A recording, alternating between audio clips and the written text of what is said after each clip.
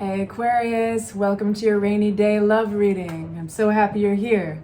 So today with our tarot readings, we're going to be getting advice and insight on love. I appreciate you joining me. We're going to get right into it. Don't take it if it doesn't resonate, take it if it does.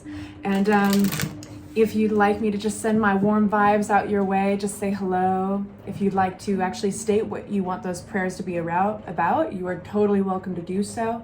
And I encourage everybody to pray for each other as well.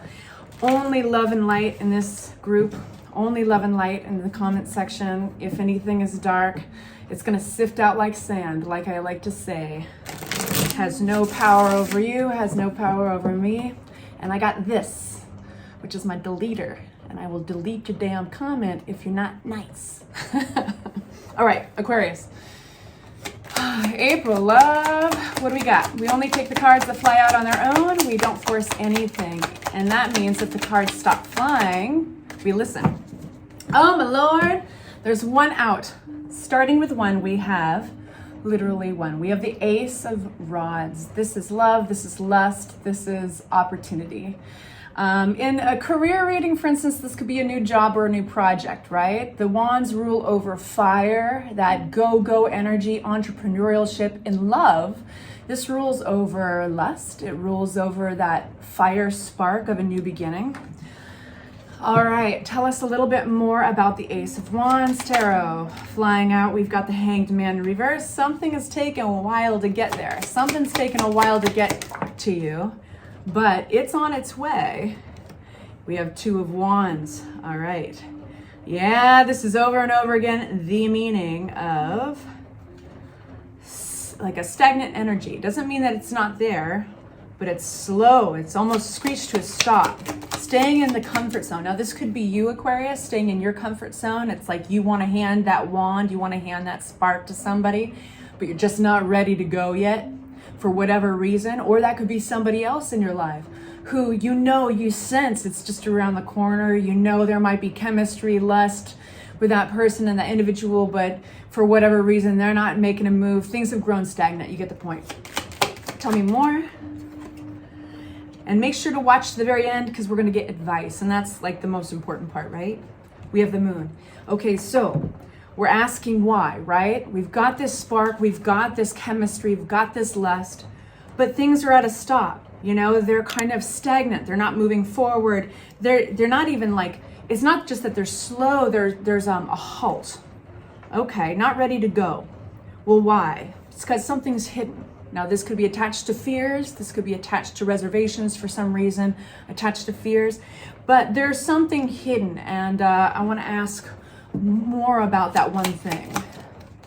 We have Judgment. So this is a huge call for change, healing. This is it's literally depicted by this resurrection, people getting up out of their graves, answering the call, this trumpet of the angel. And it's kind of a creepy depiction, but the cool thing about Judgment is it's like there's a sense of never going back. There's a sense of change that is due. And so things ultimately, they're taking their time for a reason.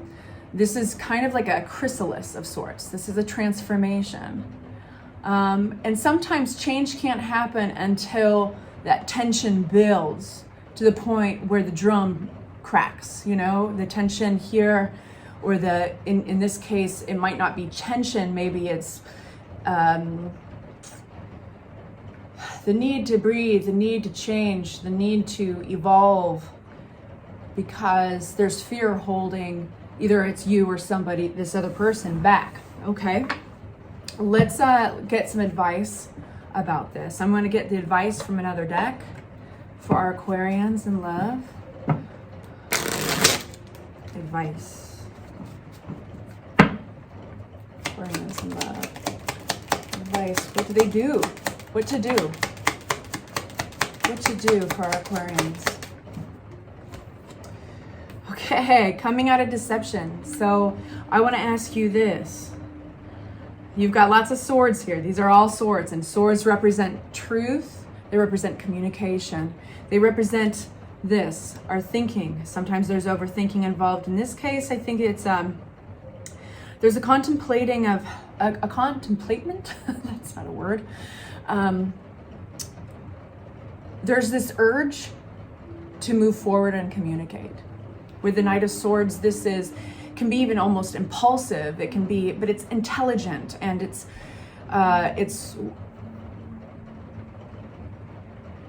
can be conversational, but it's almost like a burst of truth. This is something that has a trouble holding back. It's a fast-moving energy. The Knight of Swords is one of the fastest energies in the deck.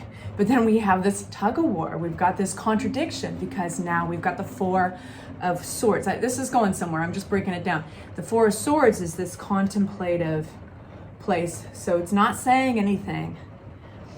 And then we've got the Seven of Swords upside down, which is deception when it's upright, but when it's upside down, it's something else completely. It's basically something being revealed. So what this means is, for your advice in love, Aquarius, is allow yourself to go there here. This is about processing.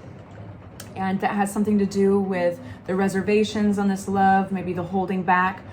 You can only control what you do, right? You can't control anybody else. But what you can do here is you can go inward, you can process, and you can be as loud as you damn well please there. So that means, journaling.